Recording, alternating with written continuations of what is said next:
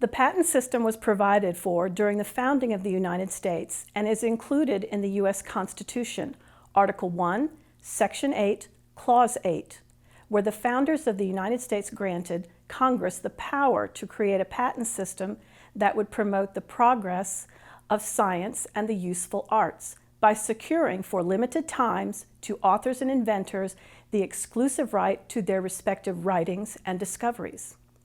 This clause is also the source for the U.S. copyright system, and today we understand the term useful arts as referring to technology. Why do we have patents? Are patents beneficial to the United States? Yes, they are. They encourage investment in new technologies, allowing not only the creation of these new technologies, but also the resources to bring them to the marketplace, which brings them to individuals like you and me. Abraham Lincoln, our 16th president, and the only president to ever receive a patent, famously said in a speech in 1858 that the patent system added the fuel of interest to the fire of genius in the discovery and production of new and useful things. Here we are at our first question. What is a patent? In the United States, a patent is a property right granted by the United States government to an inventor. This property right grants to the inventor the right for a limited time to exclude others from making, using, selling, or offering for sale the invention throughout the United States, or from importing the invention into the United States.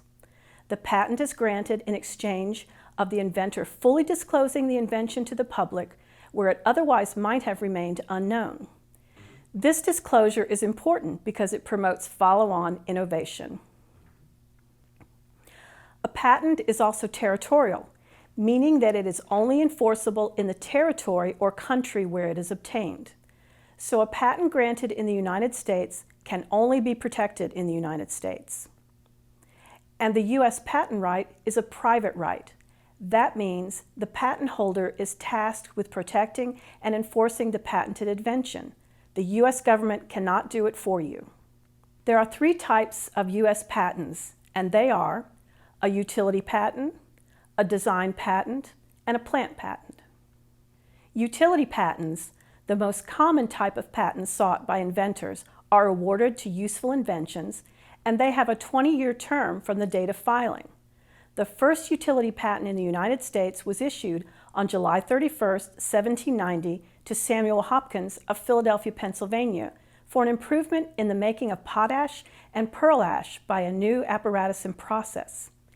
In 1790, patents were granted by members of the Patent Board, which included Thomas Jefferson, who was then Secretary of State, and considered to be the first administrator of the American patent system and the first patent examiner.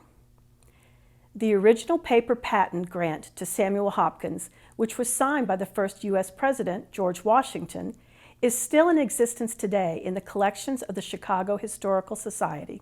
Here we have an example of a utility patent, an underwater dolly with propellers that make it easier for a camera operator to maneuver in water. It was invented by filmmaker and inventor James Cameron. He created this for his brother Michael to film underwater scenes for the movie The Abyss, and this underwater dolly was patented in 1989.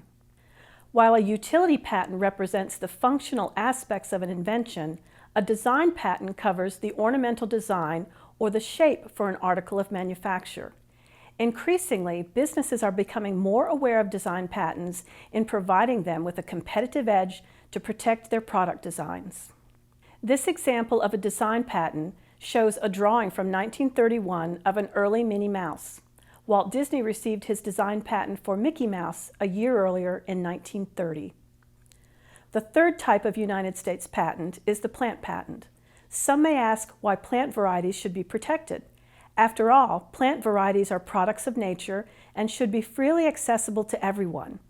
What this opinion overlooks is that a plant breeder who develops a new variety that may be disease-resistant, drought-resistant, cold-tolerant, or simply aesthetically more pleasing is no less an inventor than someone who improves an automobile engine or develops a new pharmaceutical. The only difference is that the medium with which the plant breeder works is living material rather than inanimate matter.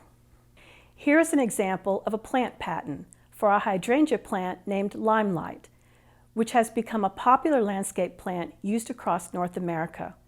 The football-shaped flowers look fresh and clean in summer's heat, and Limelight blooms even in cold climates.